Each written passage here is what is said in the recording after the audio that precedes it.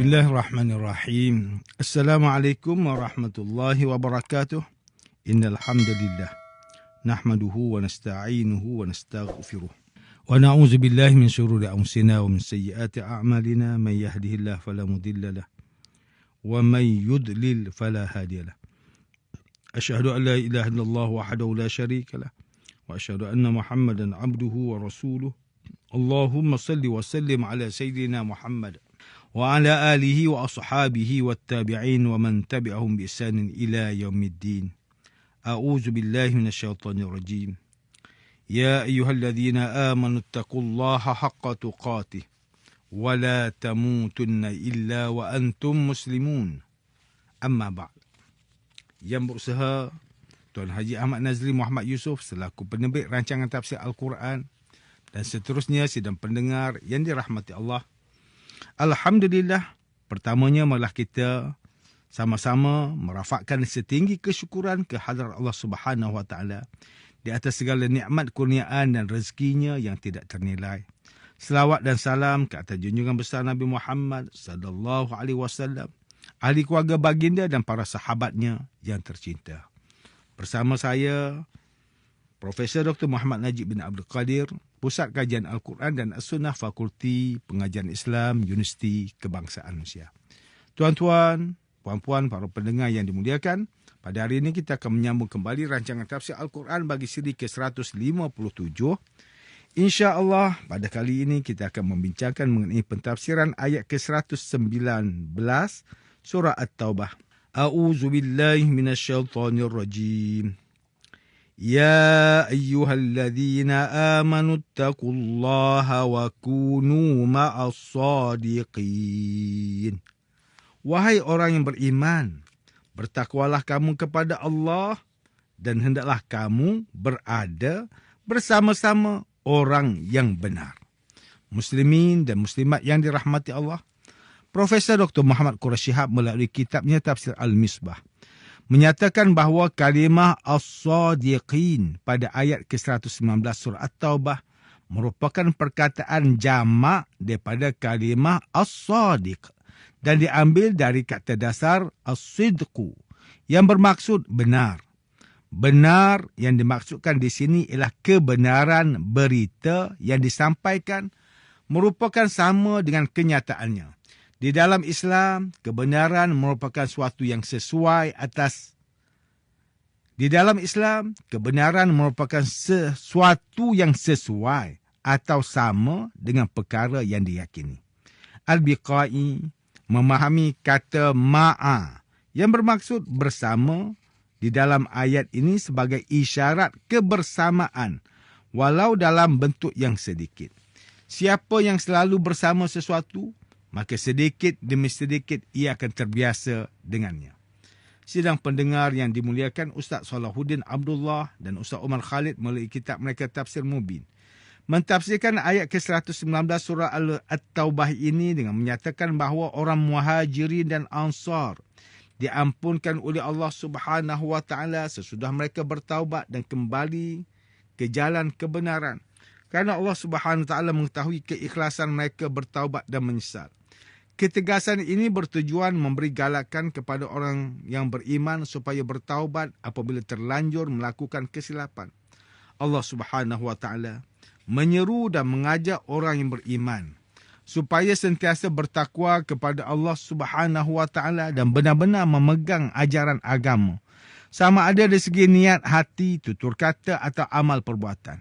Manakala Profesor Dr. Tengku Muhammad Hasbi As-Siddiqi menulis kitabnya Tafsir An-Nur mentafsirkan ayat ke-119 surah At-Taubah ini dengan menyeru orang yang beriman kepada Allah Subhanahu Wa Taala dan Rasulullah SAW untuk bertakwa dengan menunaikan ibadah yang difardukan dan menjauhi segala larangan yang ditegah.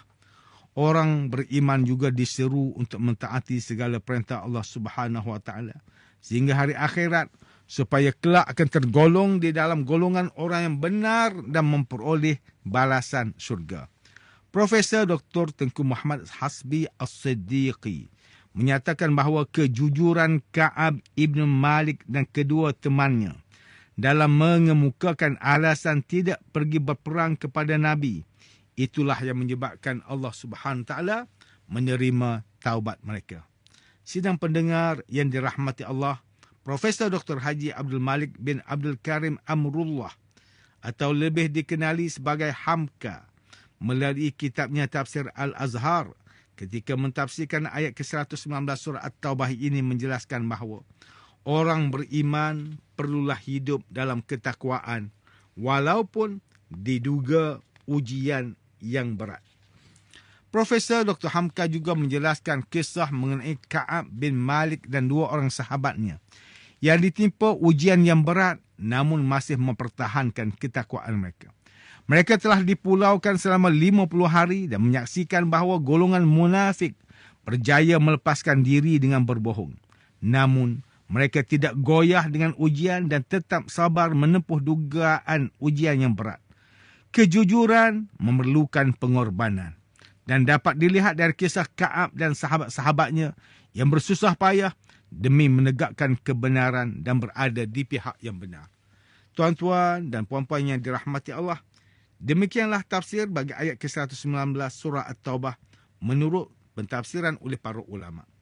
Ayat ke-119 surah At-Taubah ini menjelaskan mengenai suruhan kepada orang yang beriman kepada Allah dan Rasulullah SAW untuk hidup dengan ketakwaan dalam melakukan ibadah.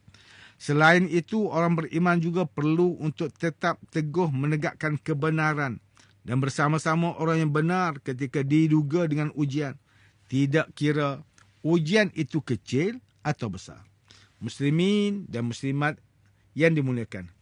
Ayat ke-119 surah At-Taubah ini memberikan peringatan kepada kita supaya bertakwa dalam melakukan ibadah seharian dan istiqamah dalam menegakkan kebenaran. Supaya sentiasa bersama-sama orang yang benar yang diredai Allah Subhanahu Wa Taala. Walau sukar bagaimana sekalipun hidup di dalam kebenaran. Tetapi takwa dan iman itulah yang menjaga diri kita daripada murka Allah Subhanahu Wa Taala. Sebagaimana kisah Ka'ab dan dua lagi sahabatnya dipulaukan dalam tempoh yang lama, namun mereka tidak memilih untuk berbohong dan kekal dalam kebenaran sehinggalah Allah Subhanahu Wa Taala mengampunkan mereka. Rasulullah sallallahu alaihi wasallam bersabda, "La tazalu ta'ifatun min ummati zahirina 'alal haqqi la yadurruhum man khazalahum hatta ya'tiya amrullah wa hum kazalik." Akan senantiasa ada dari umatku ini orang yang menegakkan kebenaran. Tidak akan merugikan mereka orang yang menyelisihi atau yang memusuhi mereka sampai datangnya keputusan Allah Subhanahu Wa Taala dan mereka tetap dalam keadaan seperti itu. Hadis riwayat Imam Muslim. Maka kita yang berada di akhir zaman yang penuh fitnah ini perlu duduk bersama orang yang benar, perlu hidup dalam lingkungan mereka yang beriman dan bertakwa untuk menjaga diri kita. Selain itu, untuk menguatkan kita, menyampaikan kebenaran yang kita sentiasa ditentang dan dimusuhi. Moga kita tergolong dalam kalangan as-sadiqin. Sidang pendengar yang dirahmati Allah, antara pengajaran yang boleh kita ambil daripada tafsir ayat ke-119 surah At-Taubah ini ialah, pertama, umat Islam hendaklah patuh akan segala perintah Allah Subhanahu Wa Taala dan Rasulullah sallallahu alaihi wasallam dan menjauhi segala larangannya. Umat Islam juga hendaklah sentiasa bertakwa sama ada dalam ibadah atau menjalankan kehidupan seharian.